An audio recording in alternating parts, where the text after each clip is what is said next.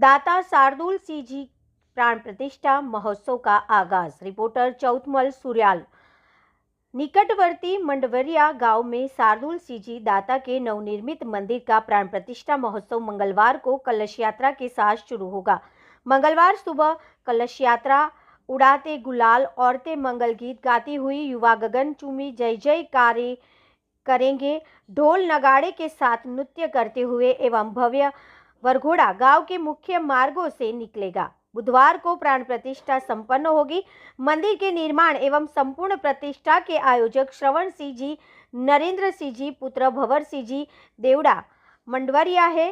कार्यक्रम को लेकर भव्य पंडाल सजाया गया है। गांव के मुख्य मार्गों पर स्वागत द्वारा एवं संपूर्ण गांव आकर्षण रोशनी दुल्हन